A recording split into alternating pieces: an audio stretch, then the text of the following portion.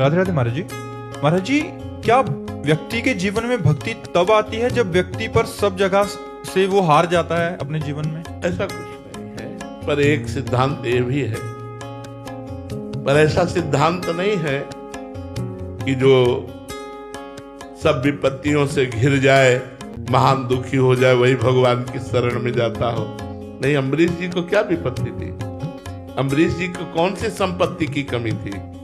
कभी कभी ऐसा भी होता है कि जो भोगों में रत है, परिवार के मोह में रत है, सब जगह से ठोकर मिली तो एक ही मार्ग दिखाई देता है, भगवान की शरणागति। कभी कभी किसी व्यक्ति के जीवन में ऐसा होता है, नहीं तो प्रायः भक्ति स्वतंत्र सकल सुख खानी, बिनु सत्संग न पावे प्राणी। इसका मूल कारण सत्संग है, ना कि विपत्ति। कभी कभी किसी के जीवन में ऐसी घटना घटती है, सब जगह से ठुकराया गया, कोई आश्रय नहीं मिला, तो भगवान की तरफ चल दिया। जैसे श्री बिल्वमंगल जी। बिल्वमंगल जी बहुत आशिक चित्त थे। तो एक वैश्या से उनकी आसक्ति हो गई, चिंतामणि नाम की वैश्या से। और इतनी आसक्ति हुई कि आसक्ति कहते ही उसे है जिसके बिना हम जी न सके। उसको देखना, उसके पास रहना, उससे बात करना, उसको सुखी खुशी करना, यही आसक्ति का लक्षण होता है। जिसके प्रति हो जाए, भगवान के प्रति हो जाए, गुरु के प्रति हो जाए, या संसार के प्रति हो जाए। दर्शन, स्पर्श, संभाषण, खान पान, बोलचाल, ये वो हर समय चिंतामणि का ही मुख ताकते रहते। चिंतामणि को धन चाहिए था, पूरे घर का धन धीरे धीरे करके चिंतामणि को दे दिया। बिल्कुल सारांश में सुना रहे हैं। आखिरी में सुहाग की बेदी अपनी पत्नी की लेकर के गए, तो उसने कहा, ये तो सौभाग्य चिन्ह है, तुम्हारा ब्याह हो गया है? बोले जी, पत्नी से कभी मिले? आज तक नहीं। ये सुहाग चिन्ह चुरा के लाए? नहीं, उसने खुशी से दिया है कि जिसमें तुम्हें सुख मिले वही तुम करो। अपने प्राणों को न्यौछावर करके वो हमारे प्रति, बोले धिक्कार है तेरे को। ऐसी पत्नी का त्याग कर मुझ वैश्या से। बिल्वमंगल जी का प्राण थी चिंतामणि, जी नहीं सकते थे। आशिकी उसे ही कहते हैं, आसक्ति उसे ही कहते हैं, जिया न जाए, उसके बिना जिया न जाए। अब जिसको परिवार नष्ट, धन नष्ट, और जहां आसक्ति थी वहां से ठोकर लगा दी, बड़े विचलित हो गए। रोना आया, चिंतामणि तुम्हारे बिना नहीं जी सकता। और भगवान चिंतामणि की बुद्धि में बैठ गए।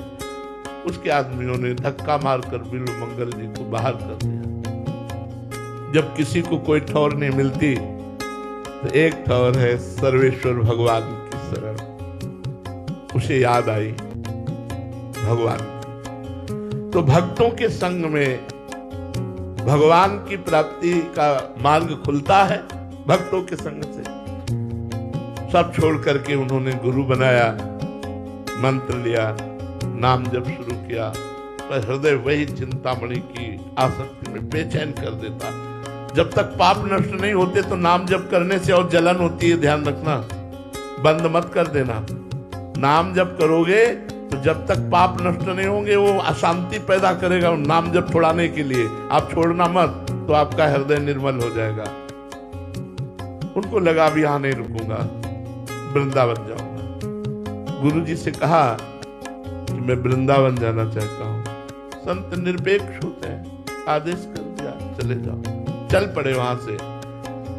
एक जाकर के आश्रम में रुके तो रात्रि व्यतीत करने के बाद प्रातः काल वहां गांव की बधुएं ठाकुर सेवा करने आती थी, पूजा करने आती थी। उनमें से एक बहू का जो रूप था वो चिंतामणि जैसा ही था। जो ही दृष्टि पड़ी फिर आग लग गई। हाँ, चिंतामणि। भगवान से प्यार करना बहुत कठिन है यार, बहुत कठिन है, क्योंकि वो चित्त का अपहरण नहीं करते और संसार चित्त का अपहरण कर लेता है।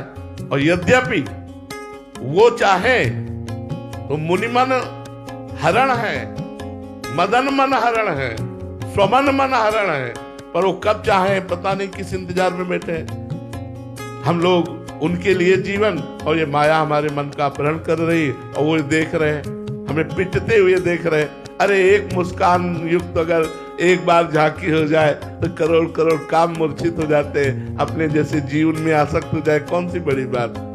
बिल्वमंगल जी पागल हो गए, उस बहू के पीछे चल दिए।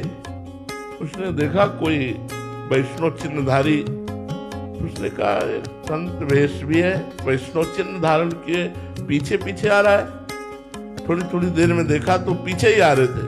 वो जल्दी से अपने घर में गए और अपने पतिदेव से कहा कि किसी की गलत दृष्टि हमारे ऊपर पड़ रही है और वो दरवाजे पर आया है, आप बात कर लीजिए।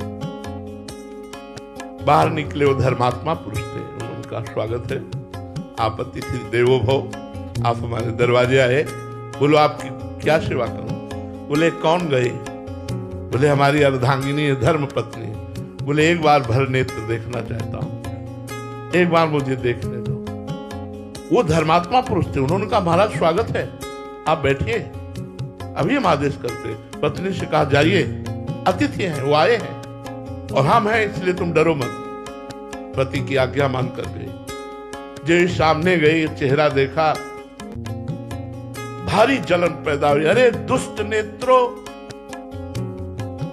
संसार के रूप को देख करके पूरा जीवन बर्बाद कर दिया और भगवान के रूप के लिए चले, आज फिर संसार में फंसा दिया। देख ले भर नेत्र इस रूप को, आज के बाद दोबारा तुझे संसार नहीं देखने दूंगा। अंदर संकल्प किया और कहा देवी एक काम कर सकती हो। उनका बोलिए। बोले 2 सुई ला के दे दो।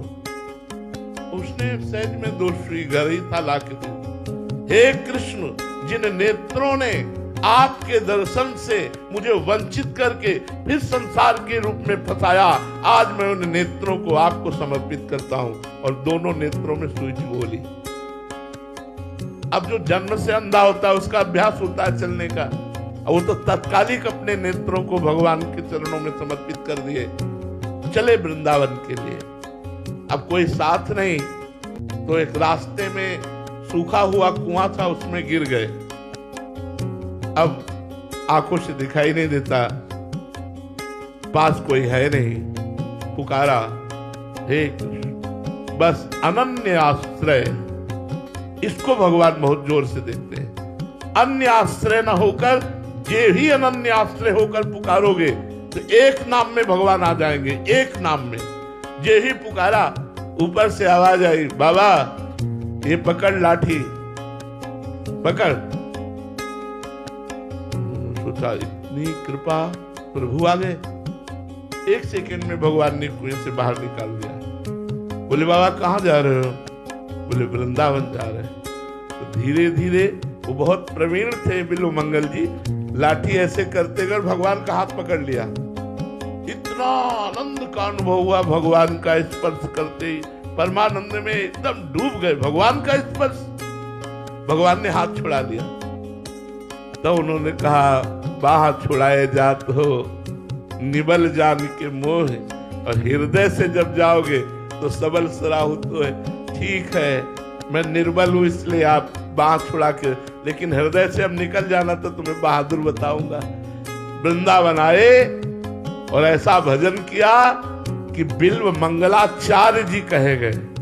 बिल्व मंगलाचार्य जी, और उन्होंने चिंतामणि को गुरु माना कि चिंतामणि के ठुकराने से मुझे भगवान की प्राप्ति हुई। तो कभी कभी ऐसा होता है कि परिवार के लोग, समाज के लोग जब ठुकरा देते हैं, कोई सहारा नहीं होता, तो सबका सहारा एक भगवान बनते हैं, और वो भगवान फिर उसे जगत पूज्य बना देते हैं।